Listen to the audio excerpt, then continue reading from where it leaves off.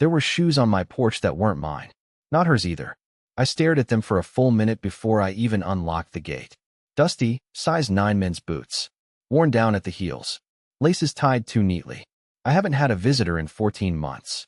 Nobody just shows up here. Not accidentally. Not unless they mean to. And that's how I knew something was off, long before I saw her face. The house I live in now isn't listed anywhere. It's not mine. I'm just watching it. The owners are gone 9 months a year, and they pay me under the table to keep the plants alive and the pipes from bursting. I don't have a mailbox. No neighbors within shouting distance. I've changed my name twice since I left. So how did she find me? I didn't open the front door. Not right away. I stood inside, holding my breath, looking through the peephole like some paranoid animal in hiding. I told myself it couldn't be her. And then she knocked. Not like a stranger. Not like someone asking for help.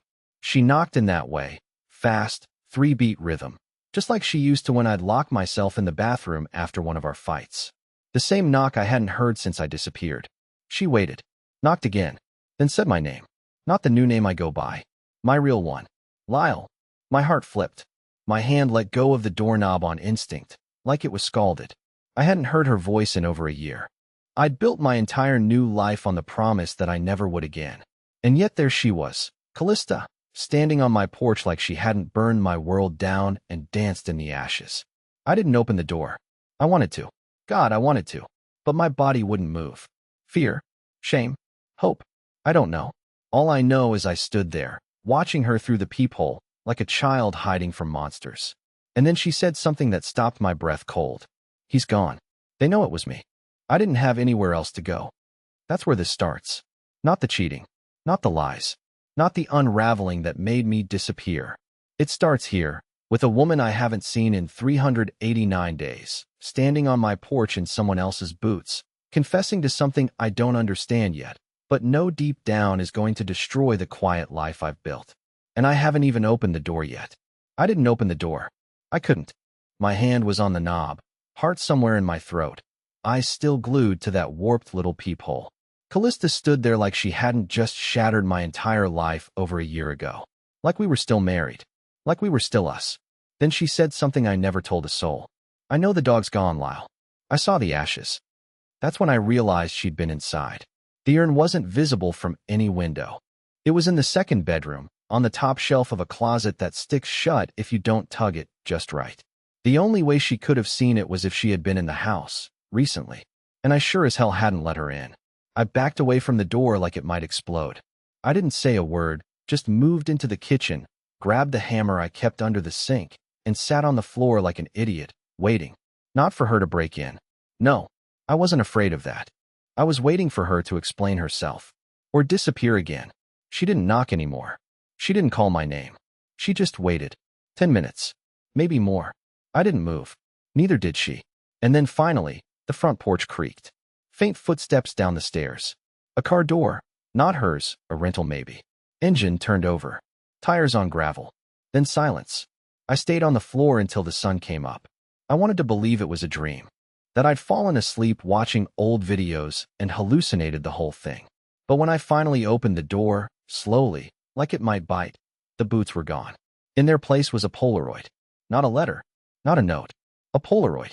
It was taken in our old apartment, the one she stayed in after I left. You could tell by the curtains. But the photo wasn't of her. It wasn't of me. It was a man I didn't recognize, sitting at our old kitchen table, staring straight into the camera like he knew he was being watched. He looked hollow, like someone had drained him from the inside out.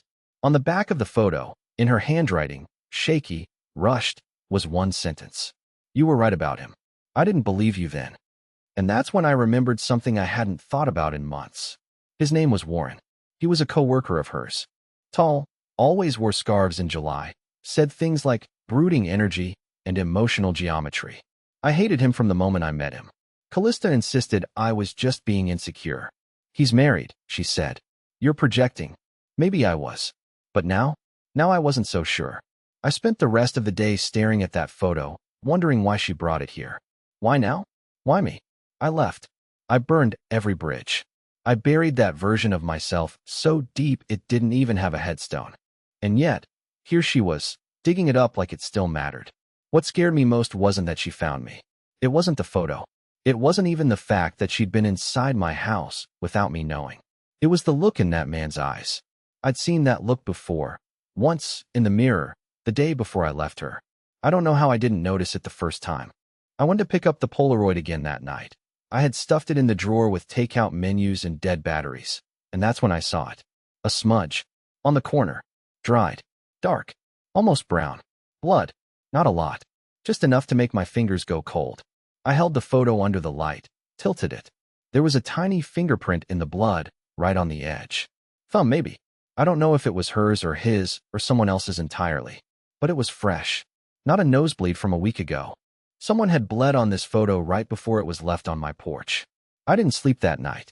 I sat on the couch, lights off, holding that photo, replaying her words over and over in my head. You were right about him. I didn't believe you then. What did that mean? Right about what? I didn't accuse Warren of anything specific. I just said I didn't trust him. The way he looked at her, the way he always seemed to know when I wasn't home. The time I caught his name on her phone under Eden. She swore it was a plan app. I wanted to believe that. I wanted to believe a lot of things back then. Around 3 a.m., I heard something outside. Not footsteps. Not knocking. A car. Just idling. No headlights. No music. Just the low hum of an engine sitting at the end of my driveway. I turned off every light. Stood by the window. Watched. A few minutes passed, and then it pulled away. Didn't turn around. Just backed out, slowly, like it had no reason to rush. Like whoever was in it knew I was watching and didn't care. I didn't go back to sleep. I didn't go outside. I just waited for morning, phone in hand, not dialing anyone because I had no one to call. I left my old life behind to escape one person. And now it feels like two have followed me. And one of them might be dead. By the next morning, I had decided I wasn't going to let her back into my life. Not fully. Not emotionally. I'd made peace with that part being over. But I needed answers. She'd dragged something to my doorstep, and whether it was guilt or danger, I wasn't about to just sit in the dark while it grew teeth. So I did something I swore I wouldn't. I called her. Or at least, I called the last number I remembered being hers. It rang 3 times, and then a robotic voice told me the line was no longer in service. I should have left it there, but I didn't. I got in my truck, drove to the gas station where I used to steal Wi-Fi from the parking lot, and did the one thing I knew was a mistake before I even typed it. I searched her name. Nothing came up.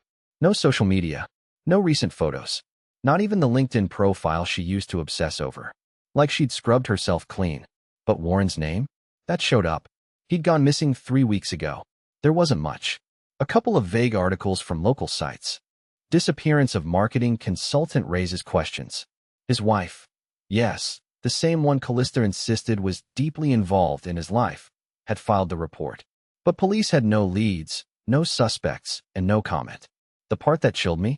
The last place he was seen was 3 blocks from the apartment Callista stayed in after I vanished. The same apartment she told me she moved out of 6 months ago. The same apartment where, apparently, she'd never canceled the lease. I still had a key. I don't know what I was expecting when I got there. A crime scene? A mattress on the floor? I don't know. But the moment I stepped into that place, it felt wrong. The air was too still. The furniture looked staged, like a real estate photo, not lived in, but not abandoned either. And then I saw the door in the hallway. The one she always told me was just a utility closet. It was padlocked now. Fresh hardware. That was new. I stood there staring at it like it was alive. I tried the key from her old ring. Didn't fit.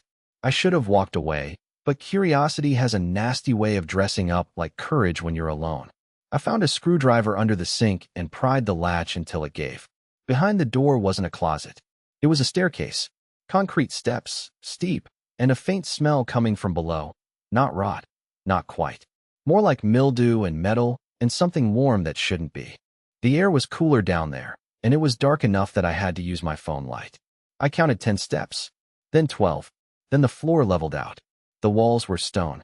The kind of thing you'd expect in a 100-year-old house, not a 2-bedroom apartment. And then I saw the walls.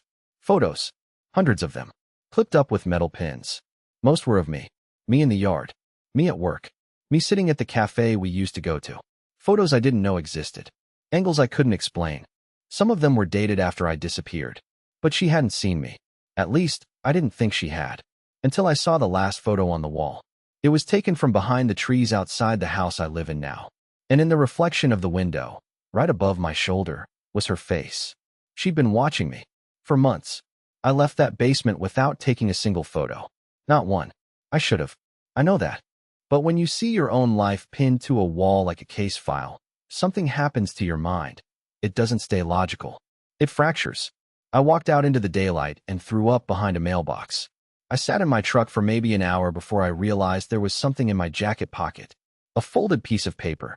It hadn't been there when I left the house that morning. I was sure of it. My jacket had been hanging on the coat hook inside Callista's old apartment, which meant while I was downstairs, someone else was upstairs. The note was short. 3 words. You need help. That was it. No name. No punctuation. But the handwriting? It didn't look like hers. Callista's writing always curled at the ends. These letters were sharp, rushed, almost masculine. I kept flipping the paper over, expecting more, but that was it. Just those 3 words. And I didn't know who they were for. Me? Or her? I went back home before sunset. Nothing on the porch. No cars parked nearby. Everything felt still again, like the tension had been reset. But when I stepped inside, I noticed something that hadn't been there the day before. The urn with my dog's ashes? It was gone. The moment I saw the urn was missing, I froze. Not because of its sentimental value. Although yeah, losing the last thing I had of that dog hit me in the gut, but because it proved what I had been trying so hard to deny. Someone had been inside my house again. This time while I was gone. And they took something that had no value to anyone but me. It wasn't theft. It was a message. I checked every room. Every window was locked. Every door bolted. Nothing was broken. But I still went through everything. My tools were untouched. No electronics missing. No drawers rifled through. Just the urn. Gone. As if that's all they came for. I wanted to call someone. The police, maybe. But what would I even report? That my ex-wife, who technically isn't even my ex since we never finalized anything, had possibly broken into my off-the-grid rental and stolen my dead dog? That I found photos of myself in a basement she swore didn't exist, in an apartment she claimed she'd moved out of a year ago? That someone had left a blood-stained photo and a note I can't explain? I knew how that would sound. So instead, I did the only thing that still made sense.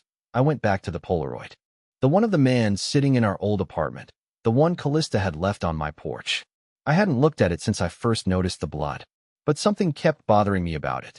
Something I hadn't been able to name until now. I pulled it out again, held it under the brightest light I had, and finally saw it. A reflection. In the glass behind the man. A small mirror mounted on the back wall of the kitchen. There was a figure. Faint, blurry, but unmistakably there. It was Callista. But she wasn't alone. There was another figure behind her. Taller.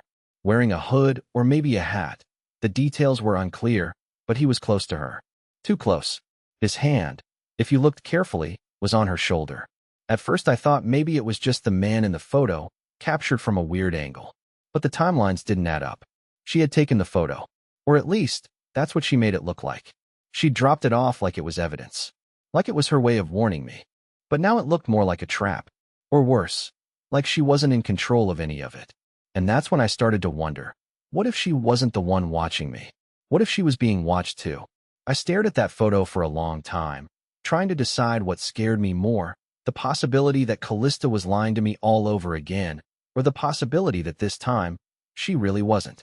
Around midnight, I heard a sound outside. Not the engine of a car. Not footsteps. A knock. But not at the front door. This time, it was at the back. The knock at the back door wasn't hesitant. It was steady. Measured, like someone who had every reason to believe I would open it. I didn't move right away. My hand hovered near the drawer where I kept the hammer, but I didn't touch it. Not yet. I walked slowly to the back, stepped lightly, as if whoever was out there could hear the floorboards creak and measure my fear by the sound. The porch light had burned out a month ago, and I never replaced it. I stood in the dark and watched through the slit in the curtain. It was a man. Not Callista. Not the figure from the photo, at least, not as far as I could tell. This one was shorter, maybe mid-40s, dressed in a plain dark coat and jeans. He didn't look like someone you'd remember in a crowd. That's what made it worse. He looked ordinary, comfortable, and completely out of place. He wasn't knocking anymore. He was just standing there now, hands at his sides, head tilted slightly toward the door, like he was listening for movement. After a minute or so, he leaned closer, not to peer inside, but to say something. His mouth moved, but I couldn't hear anything. Then he placed something gently on the doorstep. He didn't walk away. He backed away, slowly, never taking his eyes off the door. Once he hit the edge of the yard, he turned and vanished into the trees like he'd done it before. Like he knew the way. I waited 5 minutes before opening the door. There was no note this time. No photo. Just a small black flash drive, wrapped in plastic and sealed with red electrical tape. I took it inside, locked everything, double-checked the windows again. My hands were shaking. I didn't want to plug it in. I didn't want to need to. But of course I did. I got my old laptop, the one I haven't connected to the internet in months, and slid the drive into the port. There was only one file. No name. No extension. Just a string of numbers. 060319992. It was a video. It started with a shaky camera, handheld, maybe a phone. The shot moved through a hallway, beige walls, dim light, carpet that looked familiar. My breath caught in my chest. I knew that hallway. I had lived in that hallway. It was the apartment Callista and I had shared before everything fell apart. The one I hadn't set foot in since I left. The camera moved slowly, passing the bedroom door, which was shut, then the bathroom, slightly ajar. The faucet inside was dripping. Then, finally, it reached the kitchen. Warren was sitting at the table, tied to the chair. At first I thought it was staged, some sick prank, a fake setup. But the way he moved, the jerky, panicked motions, the way he struggled to breathe, it was real. His face was bruised. A cut over his eyebrow. Blood on his collar. He looked directly into the camera and whispered something I couldn't quite hear. The audio was too low, garbled. But the expression on his face told me enough. He was begging. The video ended abruptly. No sound. No fade to black. Just a hard stop. I sat there in silence, staring at the screen like it might keep playing. Like it might suddenly give me the answer I didn't know I was looking for. But there was nothing. Just a dead file and the heavy weight of something I couldn't unsee. It wasn't about cheating anymore. It hadn't been for a long time. This was something else. Something deeper. Older. And then it hit me. It wasn't random. It was a date. June 3rd, 1992. My birthday. I didn't sleep that night. Not even for a second. I just sat in the living room with the lights on, the flash drive unplugged, and that single date echoing in my mind. June 3rd, 1992. My birthday. Not Warren's. Not Callista's. Mine.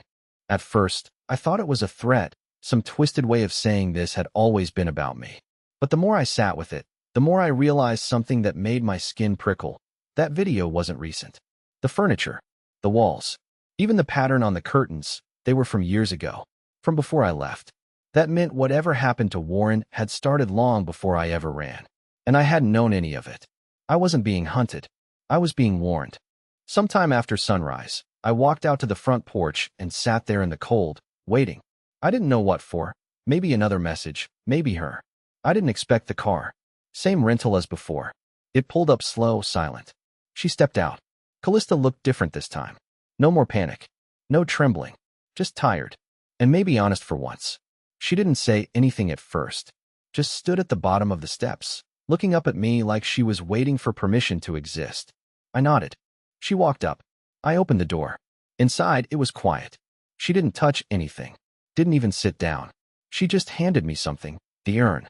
I hadn't even asked her about it. She just knew. I thought if I left it, she said softly, you'd come looking. I didn't respond right away. I didn't need to. She told me everything. Warren hadn't just been someone she fell for. He was someone she owed. Someone who had helped her once, a long time ago, before me, and never stopped collecting. The kind of man who traded silence for control. When I started asking questions, when I got too close to things I didn't even realize were real, she panicked. Pushed me away. Made me feel crazy so I'd leave. It worked. But the guilt never did. After I vanished, he didn't stop. He got worse. Possessive. Dangerous. She tried to leave, and that's when he disappeared. She wouldn't say how. Just that it wasn't clean. But she hadn't killed him. Not directly. She said there were other people. That she wasn't the only one who wanted him gone. The basement? That wasn't her idea either. She found it the same way I did, long after the apartment changed hands. It was already there, she whispered. They kept things down there. Files. Faces. You. Me. She came to me because she knew she was next. And because I was the only person who had ever really seen her. Not just who she was, but who she wanted to be. And somehow, despite everything, I still believed her. I didn't say I forgave her that day. I still haven't, not out loud. Some things take longer than one conversation. But I told her she could stay for a while. That we'd figure it out. That whatever was still coming, whatever pieces of the past might still be alive out there, we'd face it differently this time. Together. Weeks have passed. The cameras I put up haven't caught a single car. No more packages. No more photos. Just snow, stars, and silence. Some nights, I still wake up expecting something awful. But it doesn't come. Instead, I find her in the kitchen. Or sitting on the porch. Or sometimes, just standing there in the doorway of the spare room, holding the urn, eyes soft. We buried him last week. The dog, I mean, under a pine tree out back. Callista planted wildflowers on the spot. Said it was time to stop carrying ashes and start growing something. I think she's right. For the first time in years, I'm not running. I'm not hiding. I don't know what tomorrow holds. But for the first time, I'm not afraid of it either. She showed up at my door, and I let her in. This time, that wasn't a mistake.